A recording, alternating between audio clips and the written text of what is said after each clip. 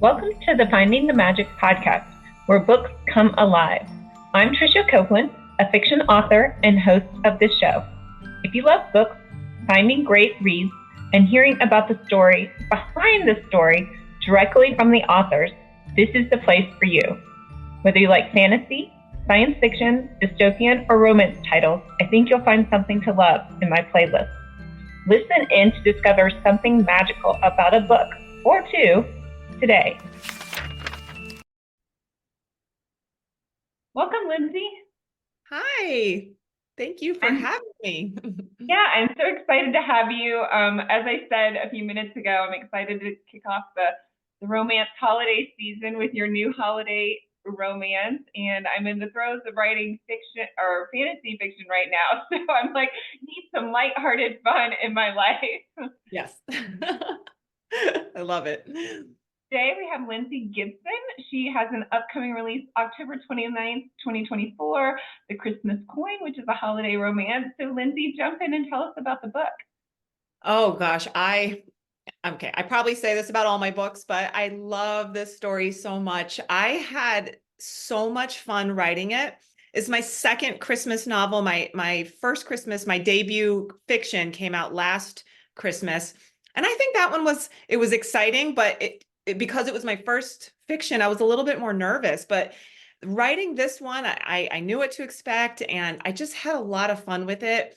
And I'm just so pleased with how the story came out after going through all the edits. But this story follows Amelia Collins, who's a professional ballet dancer. She's also a dance influencer online, a model. So she's done all the things around dancing, and so that's all she's ever known until she has a career-ending injury on stage, which resulted in her final performance as a professional dancer. And she's like in her mid-30s. So she really wanted to squeeze out an extra 2 or 3 years, because in dancing, and all the research that I've done, it's different for every dancer, but it oftentimes ends in their 40s, because of how stressful it is on the body and things like that's like an athlete. But for her, it abruptly ends, and she needs to figure out what she's going to do. She did not expect that to happen so fast. So even though she had kind of planned maybe what she would do after her dancing career ended, not that quickly. And she also is dealing simultaneously with a twin brother who is ill. So she has a lot on her plate, and she has to, move forward somehow. So it's a story that follows her and what she does, which ends up being a quick move to the countryside. So the story starts in New Haven, Connecticut, which is, I'm from Connecticut. I grew up 40 years in New England. So I'm excited that it's Connecticut, because I have a lot to say, a lot to share about that state. And she moves to the countryside in northern Connecticut, and she buys a farmhouse, an 1870 farmhouse, pretty much on a whim because it was such a low asking price. And she decides to change everything. She has no plan. So she moves forward without this plan. And she starts to question herself when she gets there. She's like, what did I do? Because she's a single woman. It's overwhelming, right? I don't think I could even do that. And it's a historical home. So she's learning about that. And this story is a dual timeline. My first Christmas romance was a dual timeline as well. The readers loved it. I loved writing it, and I decided to keep going with that theme. And you're going to learn about the house alongside her and how she navigates moving forward. She finds this coin, and it looks valuable to her. It's a British coin. And she's like, this doesn't belong to me. So I'm going to go into town and see if I can get this coin back to its rightful owners. The house was only owned by one family up from 1870 when it was built all the way through. And once she finds this coin, things just start happening for her, but it's hard for her. She has to really lean into that. And so the reader is taken through that journey with her, like I said, alongside dealing with her brother and that special, he's a twin. So it's a very special, really, I'm not a twin, but it was fun to write about them.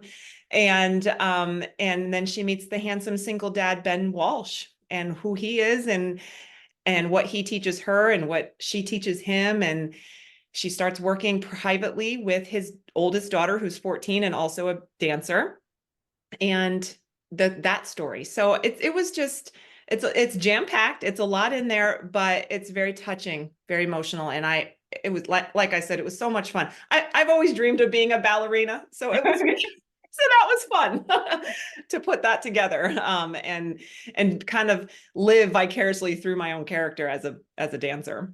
So Yeah, I was gonna. So I got the Connecticut connection. You grew up there. I've never been there. I've always wanted to visit that part of the country. And me and my mother-in-law always said we were going to open up a bed and breakfast and cook bagels and pizza, in the north, somewhere in Maine or the Northeast, right? It hasn't happened yet, but I'm still waiting.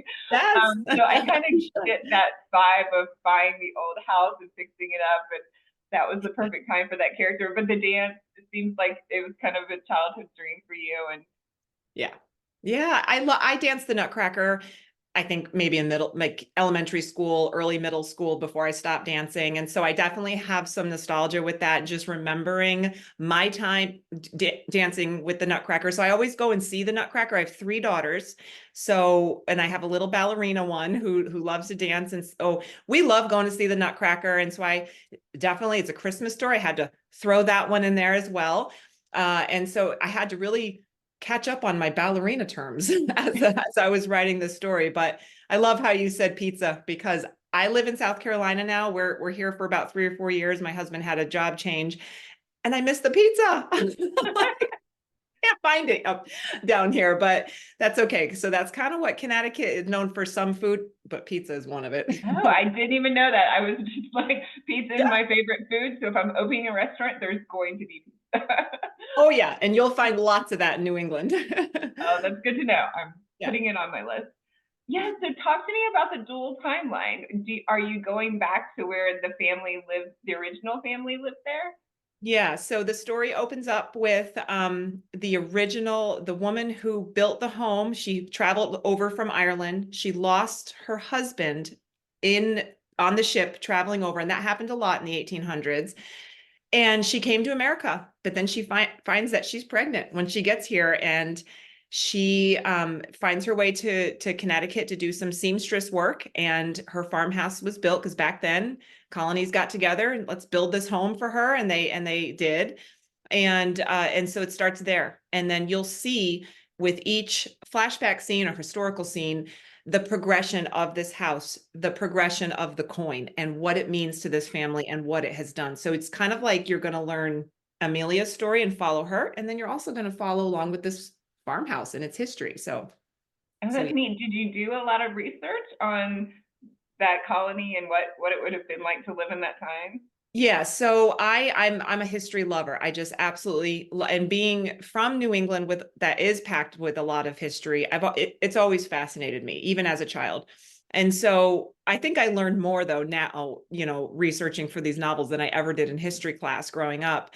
And so I already knew a lot, but I had to research, specifically for this, just like I did with my debut novel, for that time period, and each time period moving forward. What was popular then? What were they wearing? How did they talk? Things like that. And what was the traditions and customs around Christmas? Because that changed from 1800s going into the 19th century. So everything changed. So yeah, a lot.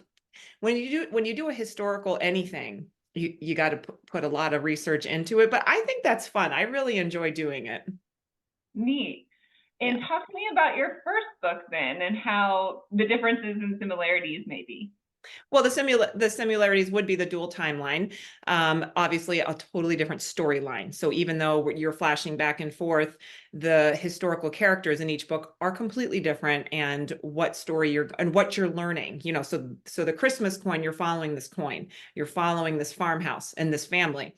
Whereas the Christmas Promise, you are following a relationship that took place in the beginning, and it follows them versus like going through the generations of a home. Oh, okay. And then you find out at the end how these characters relate to the present modern day characters. So they're very intertwined.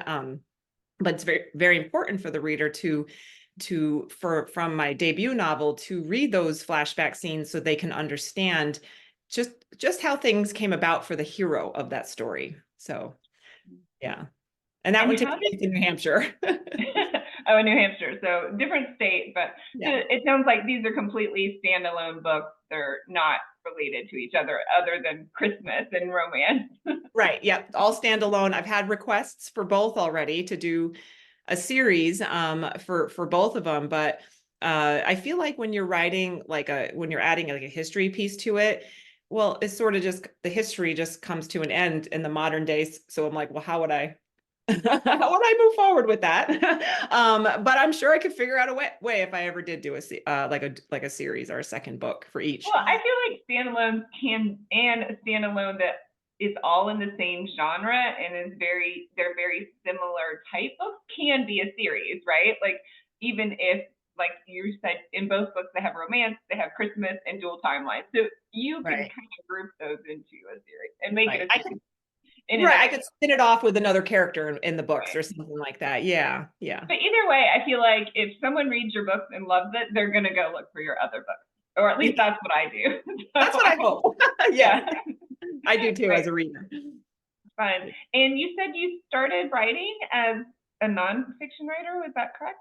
Yes. So I self-published my memoir. So I knew when I was going to start writing, I would start with my own story. And so I published that in 2018. And the reason for that was mainly so I can reach others who have gone through similar situations that I've gone through. I started it started as like a bunch of journal entries that I kind of put together, and then I started forming it into a memoir class and or a memoir. And I did take a class on writing memoirs while I was writing it to sort of piece it together, because I was like, well, how do I take all of these entries? It's only during a 13-year span of my life and put it together in an entire manuscript. I had never written a manuscript before. And so that one took a while. It took about 4 years because there's an emotional aspect to it with my own history and what I've been through. And then also trying to figure out how to put dialogue into a memoir and how to put it into a whole story. And so I did that in 2018. I wanted all my readers, I knew I was going to write fiction moving forward, but and I knew my audience, I knew who my readers would be when I write romance. And I wanted the women who read my books to relate to me and say, okay, if they pick up my story, maybe they've gone through something similar. And so it's just my way of reaching back out and sharing a piece of me to be able to connect to my readers in a different way. So that was kind of the idea. Yeah, yeah. I had a similar start to becoming an author, not really realizing that I was going to do that. But I wrote my first series it's a fictional character, but it's based on my experience. So it's me, but it's fictionalized me. So, and that's how I kind of chose to do that. And I never thought that I'd end up like 20 books later, having writing all these books. But it's a release, right? You okay. get this release from it. I actually practice with one scene in my memoir. I made me, but a fictional me. And it was very therapeutic. I loved it. Yeah. I was going to say, yeah, I think sometimes, well, for me, I needed to write it that way. And just kind of distance myself a little bit more, and it was easier to write probably than I don't know, easier to put it out there. Maybe, I don't know. But anyway, yeah. So I thought that was a good experience for me. So I hope that was for you too. Yeah. And you're right. I that'd be a neat way to engage with readers. And so, but you said before you were thinking, hey, I'm gonna be an author. What led you to want to be an author?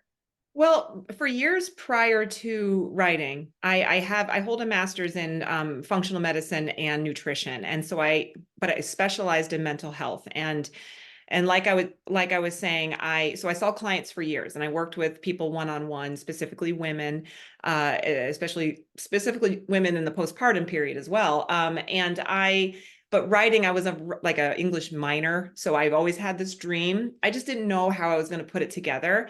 But writing fiction, it's a mental escape, right? When we're reading it, and it's also when we're writing it as well. So I knew romance was going to be, because I wanted to write these happy endings and give people hope and inspiration and motivation and heartwarming stories that they can tune out the world and be able to tune into our stories that we write to give them that escape. And so But I think working with clients for as long as I did gave me a lot of perspective. So I'm glad I did that. And I was glad to meet all my clients and hear about their stories and be able to put a lot of real life into my characters and be able to put that, character psychology into my storylines. And so I knew that was where I was heading.